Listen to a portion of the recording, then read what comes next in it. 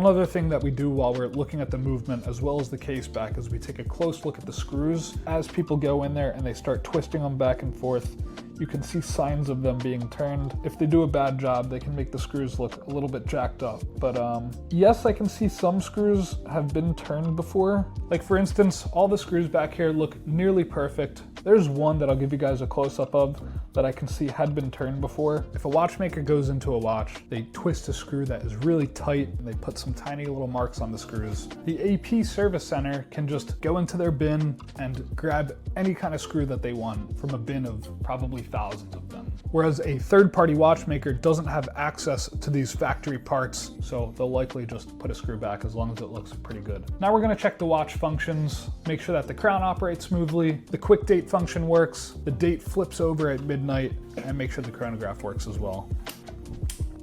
Now we're gonna check how accurate the watch is. All right, so we're looking for a fairly straight and stable line here. Watch is running about 8 seconds fast per day with a strong amplitude. We want this to typically read over 270 degrees. And then we'll check a couple different positions.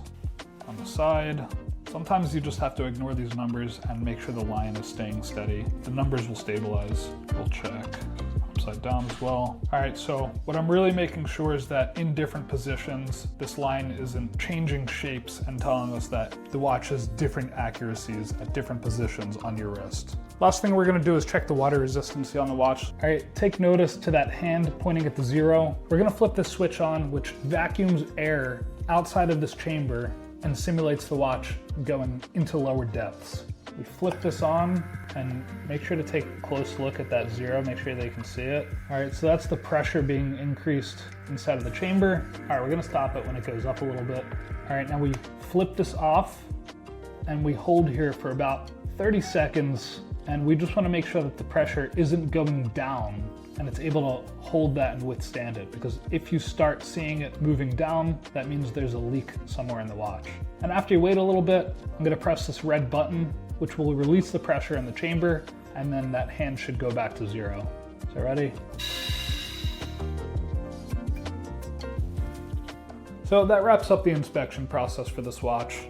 Different brands and models have slight different nuances to the watch, which change the style of inspection process that we perform on the watch. But yeah, now all that's left to do is the customer to pay his balance. We'll ship the Rolex off to him, and now this thing will be for sale.